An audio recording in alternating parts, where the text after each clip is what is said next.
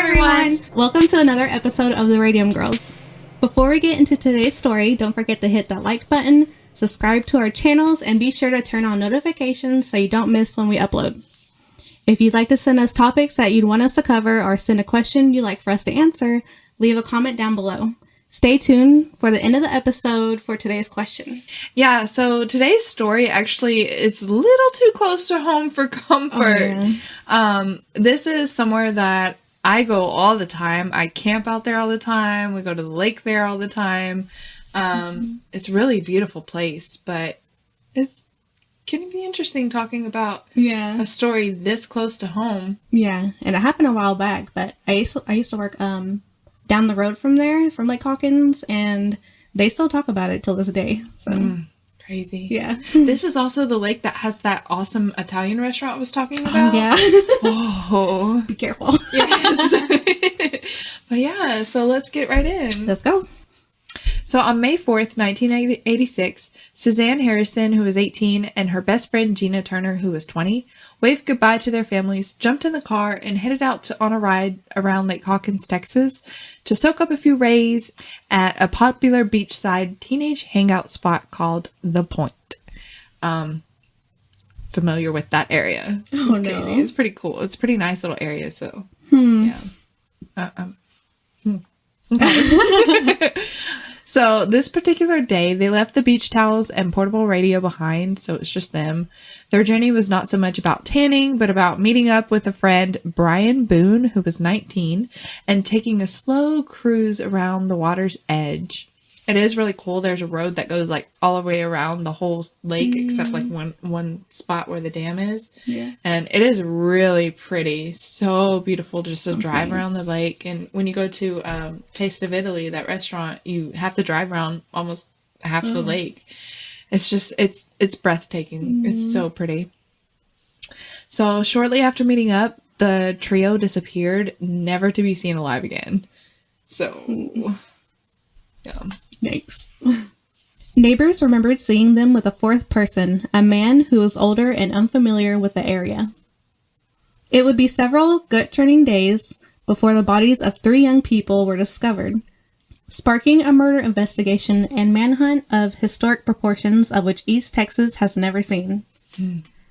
The murders took place during a time when the state of Texas was reducing its prison population to save money, free up space, and avoid building new prisons.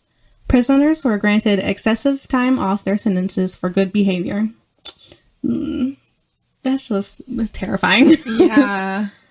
Among those chosen for early freedom was Jerry McFadden, described as a violent, repeat offender who came up with his own, however fitting nickname, Animal. No, thank you. A man who nicknamed himself Animal? Oh, God, that's terrifying. Yeah. No. He was a big, wild-haired man whose body was covered in devilish-looking tattoos that had contorted faces and satanic imagery. His menacing appearance seemed to be amplified by his 7th grade education, long history of mental instability, and inner fury that was unpredictable, violent, and sometimes unbridled. He was violent with women, finding pleasure in stalking and then overpowering females that interested him. His actions resulted in 3 convictions that should have kept him behind bars for years. Men. I can't, I don't know, just men that, go after women. I don't know. That prey on women. Yes. Yeah. I mean, women who prey on women, too. Yeah. Or women who prey on men. Yeah, but this is more. Yeah. Ugh, stupid. And too close to home. Yeah. I'm just going to put that out there. It's too close to home. Originally from Haskell, Texas, he was allowed to move to the small community of Hawkins to live with his mother and sister. So Hawkins is really, really tiny. Yeah, it's super small. They have a red light. Yeah. And then 3 gas stations, if even that. Maybe, yeah. A dollar store. Right, you just drive through it. Yeah. There's a Berkshire's, a couple buildings, small grocery store, and then Sonic. That's it. That's about it. So that's where he moved. Yeah, the lake is definitely the main attraction there. Yeah. Absolutely. I don't even know where the school's at. Is there? I know you passed one, but I don't know. I don't know where the rest of them are. I don't know if it's one or what. It's probably all of them. Yeah, it's all in one. Pre-K through 12. I don't know. The parole officer and Tyler and area law enforcement knew about him, but most people in Hawkins had no direct knowledge of his presence or violent past. McFadden was convicted multiple times of rape and eventually murder. He had been sentenced to 15 years in prison for 2 counts of rape in 1973 that was paroled in December 1978. In 1979, he was convicted of aggravated sexual abuse after kidnapping and raping an 18-year-old woman at knife point. McFadden was paroled in July 1985 after serving less than 5 years of his 15-year sentence. That's horrible. That's so bad. Like, what? Yes. For sexual abuse, kidnapping, raping. That poor girl. Mm-hmm. He even was convicted of murder. Yeah. Hello? Man, they need to get that. What are you doing? God. I swear. McFadden was arrested in May 1986 for the rape and slaying of 18-year-old high school cheerleader and the shooting of 2 other people. We're seeing a trend here. Yeah. Like 18, 19, 20-year-olds, very young women. Mm-hmm. So sad. Yeah. Predator. Yes. Oh. So he agreed to initially follow the rules, which was, get a job, save money, report in, attend counseling, and stay out of trouble. And if he succeeded at these things, even for a while, the cash-strapped Texas penal system would be spared the cost of feeding and housing him. Mm-hmm. But there was just one problem. He did not like following rules. He preferred breaking them rather than, following them. Yeah. So, yeah. The state's parole board may have hoped for more when they agreed to give the serial rapist another shot at freedom. What he actually got was the opportunity to reoffend again and again. I mean, I feel like they could have let people with less stuff off. Not a serial rapist. Yeah. I agree. What do you expect? Yeah. You let somebody who has raped so many women already. Again, and what are y'all doing? Like, let those people out that are in there just for, having stupid marijuana on them, Yeah, there's probably plenty of those. Yeah. It's crazy. Mm-hmm. On the day that the trio went missing, he had been roaming around the lake, according to the police. He matched the description of a man who approached a couple with a gun, asking for money and drugs.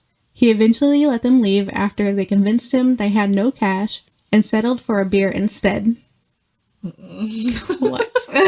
Yeah, that's crazy. Like, you pull out a gun and you demand money and then you settle on a beer? All right, a beer will do. That's crazy. Like, that's some... And then you, stay there, Mm-hmm. Like, I wouldn't call the cops on you for, getting your gun out and asking for money, Like, yeah, it's not, this man ain't right. No, he ain't. Mm-mm. They left him standing near a blue and white Bronco-type vehicle and reported the incident to the cops. Well, we already know how much those cops have been. Right? Yeah. I can't bring him back. Letting a serial rapist out. A few hours later, family members of Suzanne, Gina, and Brian started worrying after the trio failed to show up after their ride around the lake. Brian's brother located his truck abandoned about half a mile from where the couple was confronted at gunpoint. A search was launched, and neighbors reported seeing the missing friends with a scruffy man in a blue and white vehicle, possibly a Chevrolet Blazer or a Ford Bronco.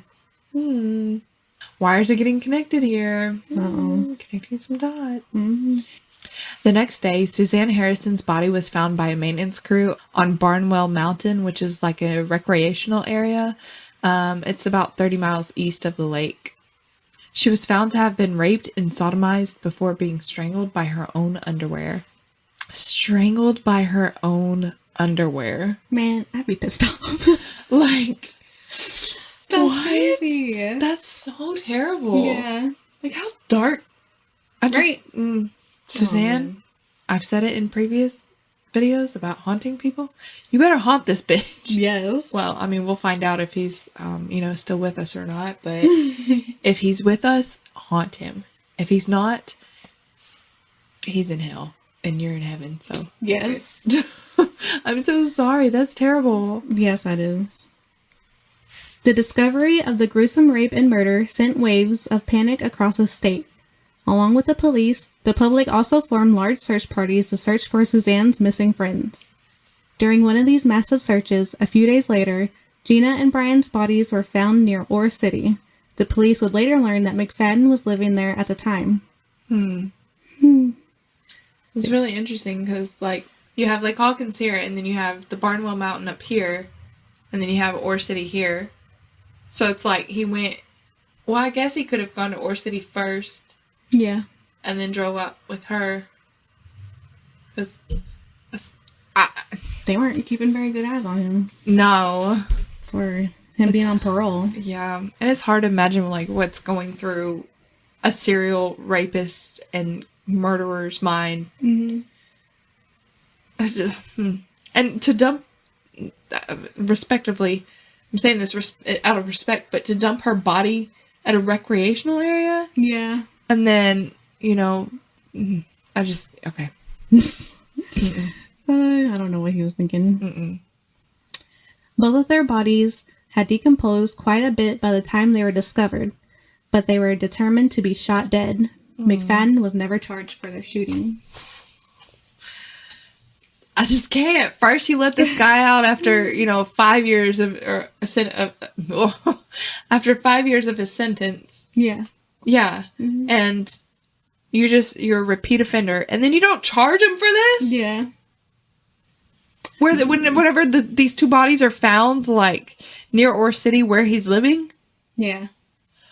I mean, come on. I mean, I know you need, like, evidence of stuff, but I feel like there was evidence. I mean, clearly. Yeah. You have eyewitnesses of, people seeing a scruffy man. He had a gun. Right, with the vehicle. And then the couple. And they were with the kids. He was with the kid. Right, right. People saw him, a scruffy man, with the kids. Mm-hmm. And, no. This is just horrible. I'd be so mad. Oh. In a terrifying turn of events, McFadden, who was being held at the Abshire County Jail, escaped right before his capital murder trial. He attacked Kenneth Mayfield, a guard, stole his weapon, and took another guard, Rosalie Williams, as a hostage before escaping prison. I just can't with this, like... He just don't stop. Yeah, in this story, and, like, the cops, when do you learn? Yeah. It doesn't make any sense. Mm-mm. McFadden held Rosalie in a railroad boxcar in Big Sandy as he hid from the law. Big Sandy's like maybe 15 minutes from Hawkins, so it's like right around here. Probably not even 15 minutes. Yeah, probably not even. Mm-mm. The next day, in a daring act of bravery, Rosalie managed to escape from the boxcar and rushed to a nearby house to beg for help. Once the police were informed about the place where he was hiding, they organized one of the biggest manhunts Texas had ever seen. Every road out of Big Sandy was blocked, and officers went from house to house searching for McFadden. Was that every road? It was like 2 roads. Yeah. That's true. We have to find light in every story, They're kind of dark. We need a little laughter every now and then. But you're right. I'm glad she got to escape and nothing was wrong with her. Mm-hmm. She's the Cynthia Vigil of this story. For real. 2 days after his escape from prison, a police team found him in an abandoned house in Collin County. McFadden was in a messy state and surrendered immediately. His case then quickly moved to trial, and the jury deliberated for just 35 minutes before sentencing McFadden to death. It's about time. As he deserves. Like, we should have hired this jury a long time ago. Right. They should have been on the original trial. Yeah. And, have a say then. Come on. Yes, you need death. Mm-hmm. Sorry, but you're just going to keep reoffending. So, yeah. And then he escaped prison, so... Yeah. I mean, there's nothing more you can really do. Mm-hmm. McFadden never testified during his trial. On October 14, 1999, McFadden was executed by lethal injection for the murder of Suzanne Harrison. I'm glad at least she got, some justice. Like, justice for her name, at least. Yeah. The other two didn't. Yeah. Yeah. And honestly, everybody else that he's, murdered and stuff, this was only because of her. But I mean, at least he's no longer able to do that to anybody else. But that's just sad. It's, Glad he's gone. Mm-hmm. Thank you, jury. Yes, If you're watching this and you were a part of that jury back then, thank you. Right. On behalf of all East Texans and other one less evil person gone. Yes. God. Suzanne, who was remembered for her infectious grin, was a graduating senior and a cheerleader. She was active in several organizations including BAN, National Honor Society, and Future Teachers of America, acquiring a job later at a local pharmacy. Gina, she was voted Miss Hawkins High School. She was academically gifted and valedictorian of the 1984 graduating class.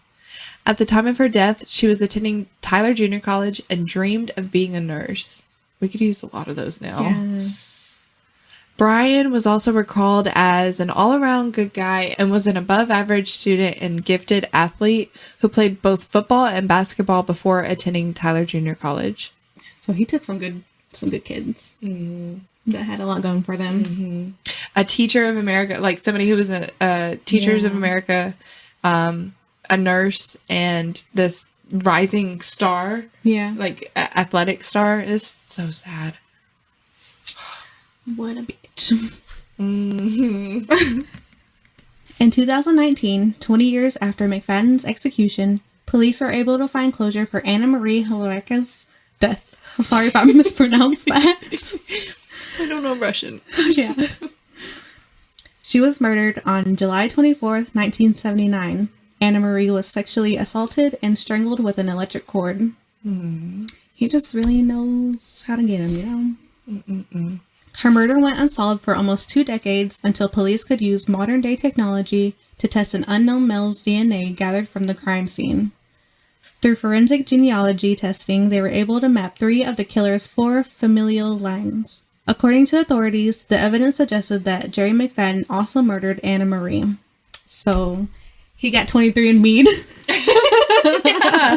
And we were just talking about that too on our last case with the toy box killer. Yes. So, so they're getting a lot of them. Whoever did this, whoever, took this DNA to go do it to the toy box killer victims, to all the jewelry and all that stuff, like, I mean, they're catching a lot. They got the Golden State Killer like that with the DNA.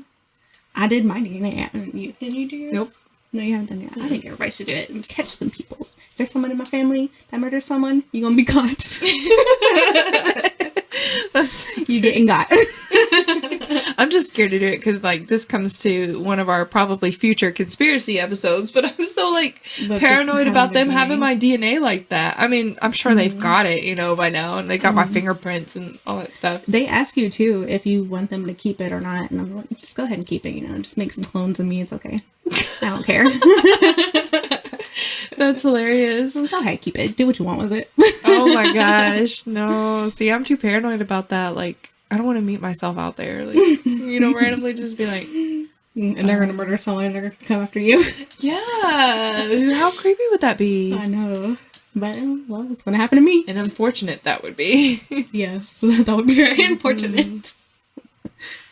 Well, that's the story of the Lake Hawkins murderer. I'm glad he's gone. Yeah, super glad. Yeah, he did a lot of bad stuff. The world is just a little bit safer since he's been gone. East Texas, definitely. Yeah.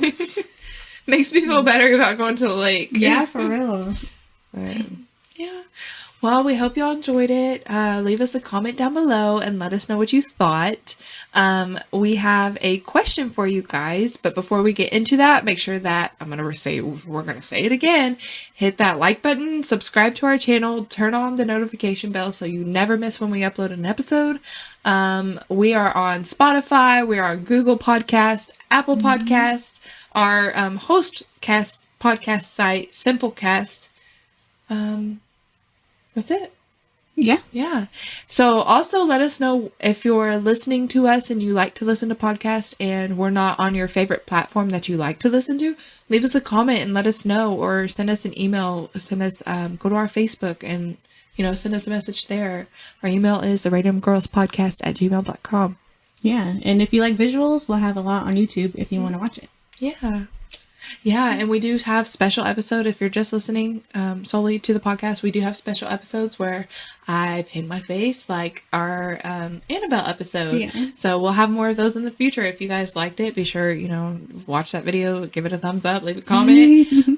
And we do have, other episodes like our Halloween episode where we'll dress up.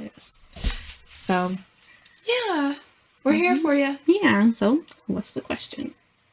All right, so today's question is, if two mind readers were reading each other's minds, whose mind are they reading? I don't know.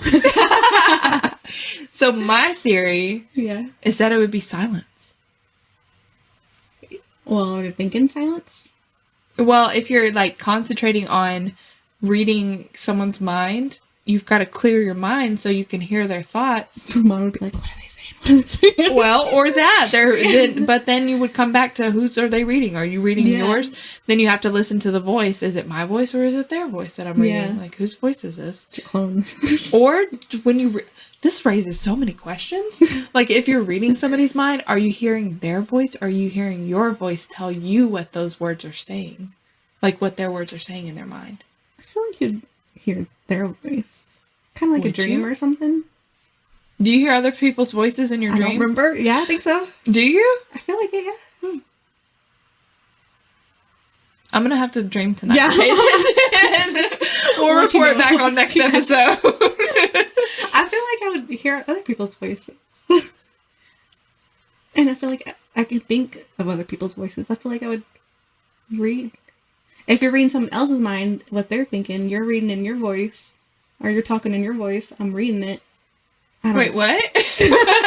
But you also have the thing of like, you're walking through somewhere like the grocery store and you see somebody that you've never met and they haven't spoken. You don't know what their voice sounds like. So do you hear their voice or do you hear your voice? If you don't know what their voice sounds like. Their voice.